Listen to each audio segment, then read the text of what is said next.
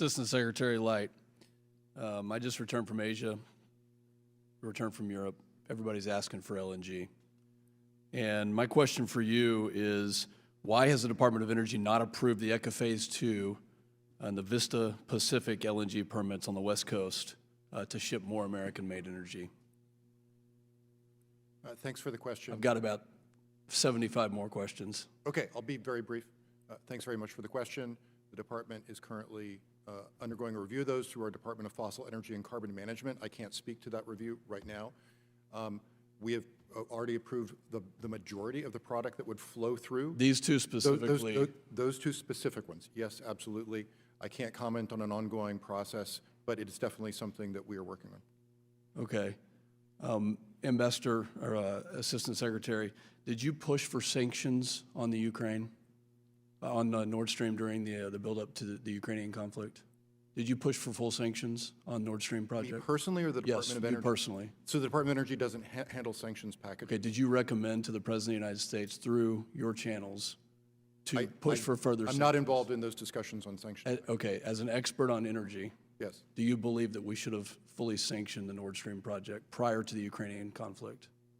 I believe that's a question for the White House, sir, and I'm really not an expert on sanctioning, so I don't know the dynamics of which sanctions work and which sanctions don't. I'm happy to discuss some. Does the Department of Energy agree that we need to increase domestic production here in order to meet the demands, not only of our domestic requirements, but also of that of our partners and allies around the world? Absolutely, yes. Okay, so will the department approve the massive amounts of permits that are waiting and have been waiting, like ECA Phase 2, to get the production moving in the right direction? I'm not aware of any natural gas, LNG export permits awaiting approval except for the two. There are many. We will make your office aware of them. It's disappointing to hear that you're not aware of them. Do you agree with Envoy Kerry when he said that renewable power does not have the capacity to provide baseload? I don't know that Secretary Kerry said that. He said it in this hearing room. He said that renewable power cannot provide baseload power. Nuclear power certainly can provide baseload power. And Do you agree that renewable power cannot provide baseload capacity? Renewable power plus battery storage can provide baseload power, and that's one of the solutions that we're looking for Europe, specifically. Renewable power can provide baseload with battery capacity. storage, with utility-scale battery storage, yes. Is it the policy of the Department of Energy to accept the fact that there could be rolling blackouts throughout the United States? We would not accept as good rolling blackouts in the United States. The Department of Energy will do everything in our power to make sure that that does not happen. That's good to hear. One thing that I heard you say was that with regards to the EU, that we are going to help them with a diverse and clean and affordable plan. You left out reliable. Do you believe in reliability? Absolutely. That's one of the reasons that my office was one of the biggest champions of nuclear energy in the region. You know, the thing that strikes me right now is that we're talking about this war on energy, the manipulation by the Russian government. In fact, the war on energy is right here. It's domestic policy. The assault on domestic energy is real, and it's coming from the Biden administration. Your policies, and I think it was poignant that you left out reliability in your testimony here today. Mr. Levine, how much additional capacity does the United States have with regards to LNG to actually ship to Europe, Asia, partners and allies that are requesting it right now? We've committed to 15 BCM to Europe. How much do we actually have? I believe that's correct. As you know, DFC is focused on overseas projects, so we don't focus on U.S. capacity. Right, but you've spoken with great authority on the ability to ship what we need to Europe. So how much additional capacity do we have here domestically? When DFC receives a commercially viable application for a project from an ally partner nation in Eastern Europe to help provide U.S. LNG, we can support that project. Do you know how much LNG is included in the 3 Cs initiative that will be rolled out and led by your CEO? Well, I know that there are several LNG projects that are under consideration by the 3 Cs management team. Do you know where they are? I know that some of them include projects in the Baltic states, and I believe that there are some projects for LNG import terminals in southeastern Europe as well. It's good to know.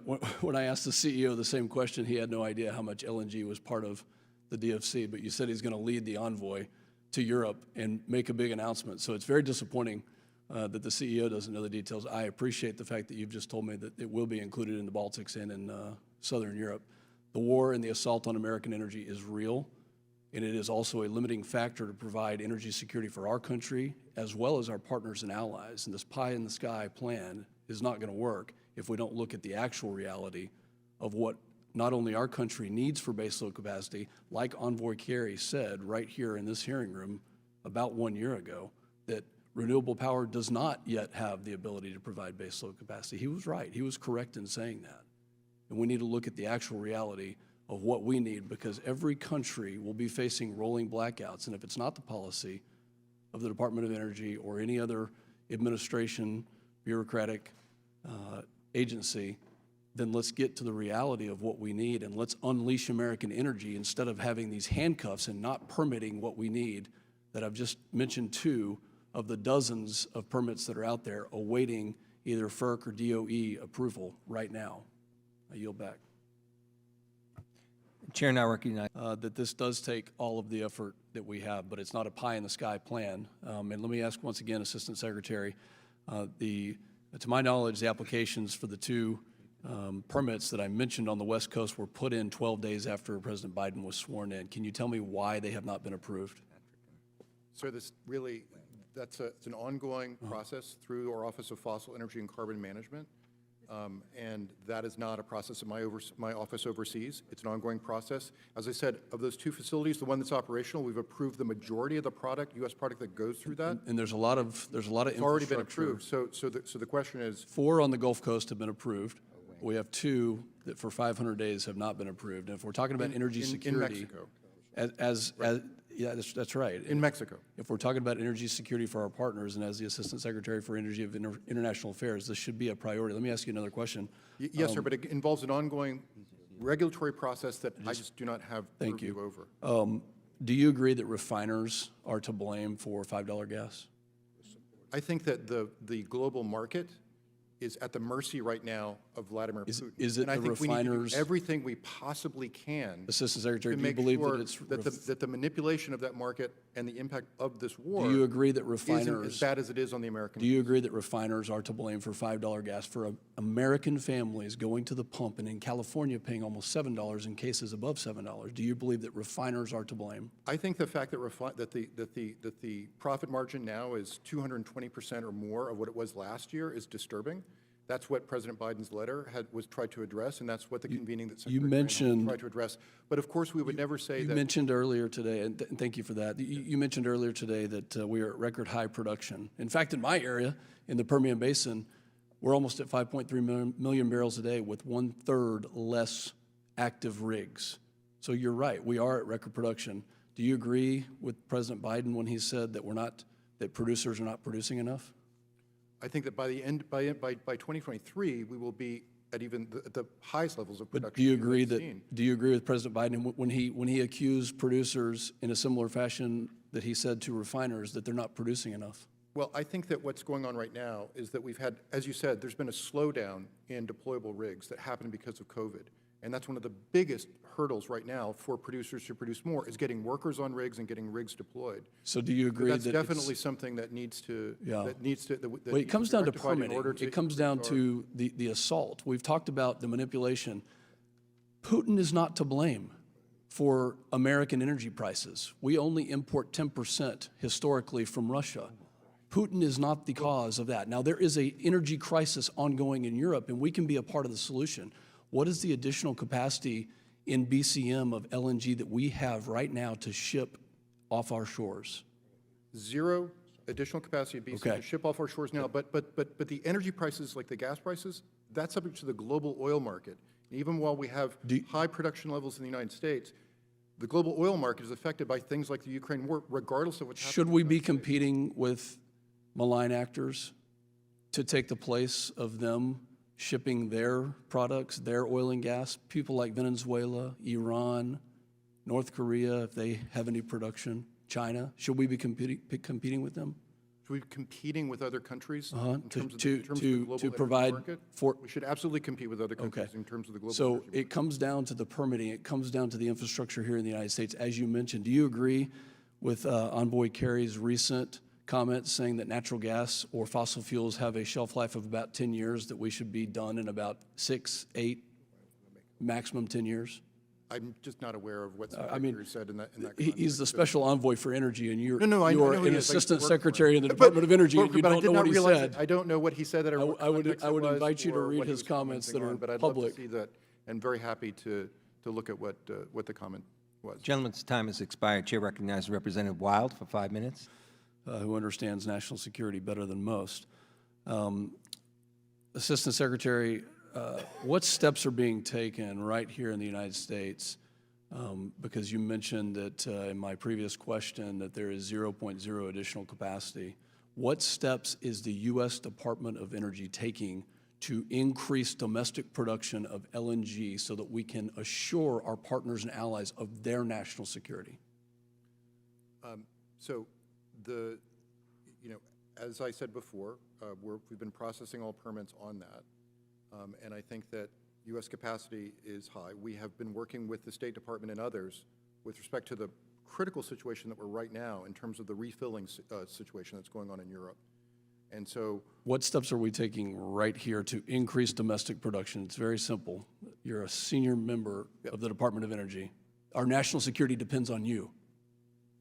right. What steps are being taken? Right. As I said before, the Biden administration fully supports all of the LNG that's going to being put on in capacity and is moving out. We've had some permitting and some new trains go online just recently that have increased our capacity that will again give us the highest capacity that the U.S. has ever had. This is the quote, and I'd like to submit this for the record, Mr. Chairman. The article from Bloomberg. Though natural gas burns cleaner than coal when used to generate electricity, it should not be a long-term climate strategy without emission control technology. And he says then, you've got 6 years, 8 years, no more than 10 years or so, which you've got to come up with something else, okay? Is the representative, I'm sorry, this is the quote from excuse me, Secretary. is the representative moving to unanimous consent that that be part of the record? I'd like to submit this for, yes. Without objection? The first part of what Secretary Kerry said there is absolutely right, is that natural gas is not an indefinite bridge fuel with respect to the climate problem that we are facing right now, because it is a hydrocarbon, and also because of the leaking that occurs throughout the process. One thing that the Department of Energy is doing right now very intensively is making sure that we can tamp down every leak from the drilling site all the way to the transmission site, so that all the gas that we do produce and then put through the liquefaction process actually makes its way out to the market. This is why I It asked also is the greenest natural gas available on the market, the cleanest natural gas available on the market. So when we get back to normal Thank you market, for recognizing that. It's the first time I've heard a very good factual point about what we do here in the United States. We have the largest secure, stable supply Right. of not just LNG, but of energy. And you know what? I have the credibility to talk about this because in my district, we have renewables. In Texas, we have 23 to 24% of our grid that's serviced by renewables. I have more wind energy in my congressional district than the entire state of California. But I'm very concerned about the misprioritization that the Department of Energy seems to have declared war on the oil and gas industry. It is clear to most Americans, every American who goes to the pump today and pays over $5 a gallon for gasoline will think about President Biden. They will think about his policies, about him going to Saudi Arabia and asking the Saudis to produce more, about him asking for Venezuela to import oil when we can do it right here. They will think back to the summer of 2021 when people like me asked President Biden to fully sanction the Nord Stream pipeline in advance of the impending invasion. They will realize that when I sat across from President Zelensky just 18 to 20 days before the invasion, he told me that without Nord Stream, there would be no invasion. That's what President Zelensky told me. Yet now the administration is trying to blame this on Putin. Mr. Secretary, what steps is the Department of Energy taking to produce more LNG right here in the United States? So I think I've answered that question, and I think that, again, we don't want to mix oil and gas. The oil prices and the gas prices that derive from them are being driven by the war because it is a global market. It's not a market controlled by the United States. On the gas side, I completely agree with you, is that even before this entire war started, Russia was not only providing most of the natural gas to Europe, they were also providing the dirtiest natural gas in the world. It was not a transition fuel away from coal, effectively, because of the life cycle emissions of that. And so with respect to what we've been doing is we've been tightening up, working to tighten up the reserves and the transportation in the United States to make sure that the molecules get out the door. My time that has impact our expired. producers. If you'll allow me 10 seconds. We have got to compete with malign actors around the world. We do it better than anybody else. We shouldn't be paying China for the pieces and parts and critical minerals that are being harvested and mined through slave labor. We should not be enriching the Chinese. So let's look at a strategy that is all of the above, that is realistic, that provides for baseload capacity. Our national security depends on it. That of our partners and allies depends on it. We are in a very complex threat environment right now. We have to think about this. Please quit declaring war on U.S. domestic production. And I yield back. Chair recognizes Representative. Assistant Secretary, this is a fascinating conversation about 9,000 permits. And as you know, the Assistant Secretary for Energy, International Affairs, 9,000 permits. I mean, come on. We need 90,000 permits. There are thousands of permits that are required to take a molecule out of the ground and get it all the way down to where it needs to go to be refined. And speaking about the SPR, as you know, that's crude. That's not a refined product. So when will you refill the SPR? So the refilling process has started. Really? Yes, it Okay. has. And How many days will it take? the total number of days, I don't know off the top of my head, but I'm happy to get back to you Okay. on that and get you that information. Did that make a dent on the price here in the United States? Well, refilling the SPR itself will not No, make a the dent on release. the price. In The terms of release. increasing the prices? No, the release. The release The of the question would be SPR. how soon we'd want to release. It's 1 million after we barrels per refill, day? But Is that I is think that right? given that we're in the mid, we're about to start hurricane season, it's probably not prudent to immediately re-release as soon as we refilled. And also, takes some time to do this. Just very quickly, you're going to refill the SPR. There's a refill plan that's been executed, absolutely. Okay. And I'm happy to get you the schedule for that. Please do. Thank you Yeah. for that. I'll go back to DFC for just a second, Mr. Levine. Did the Biden administration change the policy with regards to LNG, DFC policy, with regards to the investment policy? Did it change from the last administration to this administration? I'm not aware of any change in policy relating to LNG. I think you've mentioned one already, and that is with regards to the pipelines. No, what I was saying with regards to the pipelines was what are our authorities under the European Energy Security and Diversification Act? Will the DFC invest in pipelines in places like Alexandropolis and places like the Baltic countries? The DFC will invest in any energy infrastructure that can provide energy security and for which we have authority to invest. And that's the authority piece. Exactly. Did the Biden administration change the policy from the previous administration with regards to LNG? No, with respect, the authority comes from the statute. It's not that's your authority. You're granting the authority to us. We're well aware of that. Yes, so, Yeah.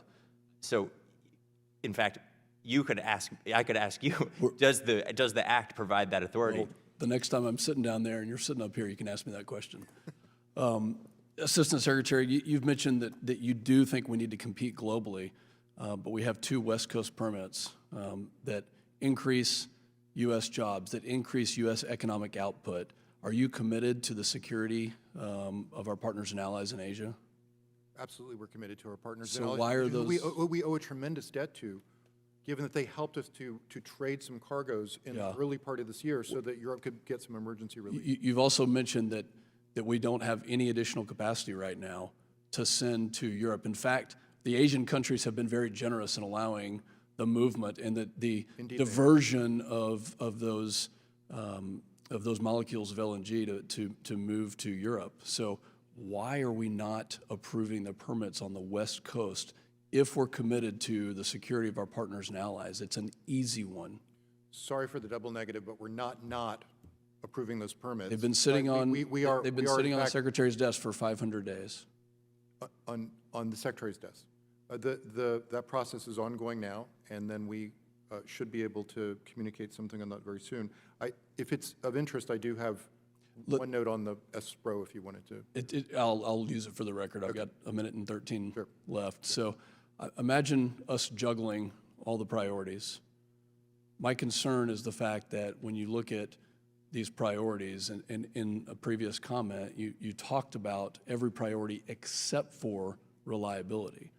And when it comes to, and we can say that that was just left out, but I think it is the policy of the Biden administration to disregard reliability right now, because we all want a better Earth. There is no question about that. We're going to increase the population on this Earth in the next 15 to 20 years by almost 50%. I'm sorry, we're going to increase the population by another billion and increase demand for electricity by almost 50%. So when it comes to reliability, it has to be a priority. You can have price, you can have security, you can also have the climate goals, but you have to have reliability.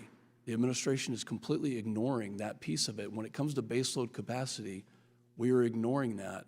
And this is the plea from the American people, is that they need reliability. The price has to come down, and it's incumbent upon the Department of Energy and agencies like FERC to make sure that we are actually doing the right things here domestically so that other countries like China and Russia don't take advantage of our lack of production, which is exactly what the administration has done. Congressman, with all due respect, this administration is 1,000% committed to the reliability of energy systems. It would be absolutely, it would completely undercut all of our goals in order to see an energy transition to an unreliable system. And that system will have a number of components, including renewables, including nuclear, including decarbonized fossil, as Jake mentioned earlier. That creates a comprehensive energy system that definitely will be as reliable. We would never imagine to put the American people or the world at large at the risk of an unreliable energy transition to something they couldn't rely with on. all due That would respect- be an unsuccessful transition. No one would accept it. With all due respect we from my could, side, I also disagree that reliability is being ignored. We're not in a transition, we're in an expansion, and we need to get our minds around the fact that we are expanding our energy needs, not just in the United States, but worldwide. Completely agree. This It's is a not a transition and an transition. expansion. This is an expansion. On that